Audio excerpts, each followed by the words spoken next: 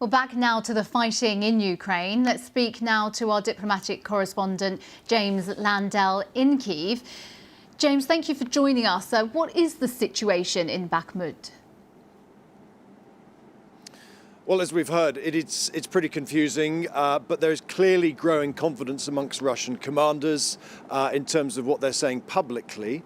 And British military officials are saying that Ukrainian forces are coming under increasingly severe pressure.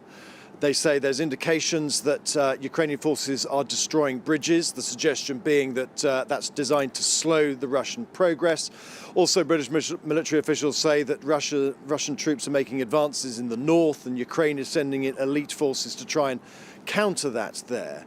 So the suggestion is that Russia is making some gains finally, and that potentially, at least according to Western analysts, we might be at that stage where Ukraine is potentially ready to make what they call a controlled fighting withdrawal.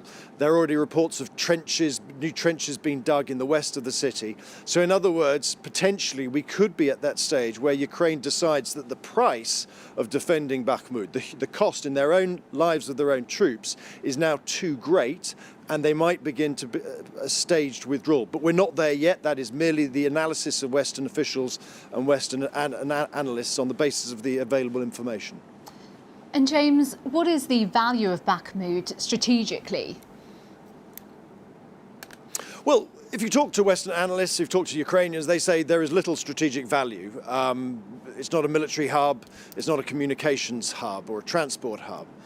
But that said, Russia has had very few victories for quite a long time in this conflict. And so any seizure or capture of part or most of Bakhmut would be seen as a success, as a victory by the Kremlin, and they would use it as evidence to try and suggest that Russia is beginning to make advances and that its much heralded offensive is beginning to pay off and make some gains. I think Russia would also claim that it's somehow a stepping stone to seizing other territory in the Donbass in eastern Ukraine. But, at the moment, Ukrainian officials counter that by saying, well, maybe, but the cost, the sheer cost in blood of Russian soldiers that has been paid to make this gain for, as they claim, a strategically not that important city, will be one that Ukraine might suggest means that the price has been too high from Russia's point of view, and just the sheer numbers of thousands of people who've been thrown at that city to try and defeat it. Yes, and James, the Russian Defence Minister Sergei Shoigu has been in the city. Is that an indication that he sees this as an important city? I don't think he's been to the city. I think the Russian Defense Ministry has said that he's been to visit forward command posts in eastern Ukraine, and precisely where that means is unclear.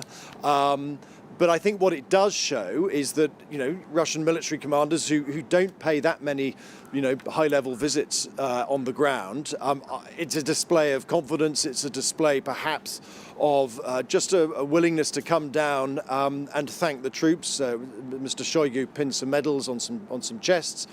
But little more than that, and we're relying on the Russian account, obviously, for precisely, where he went. But the suggestion is it's forward command posts, not necessarily Bakhmut. OK, James Landell in Kyiv, thank you very much.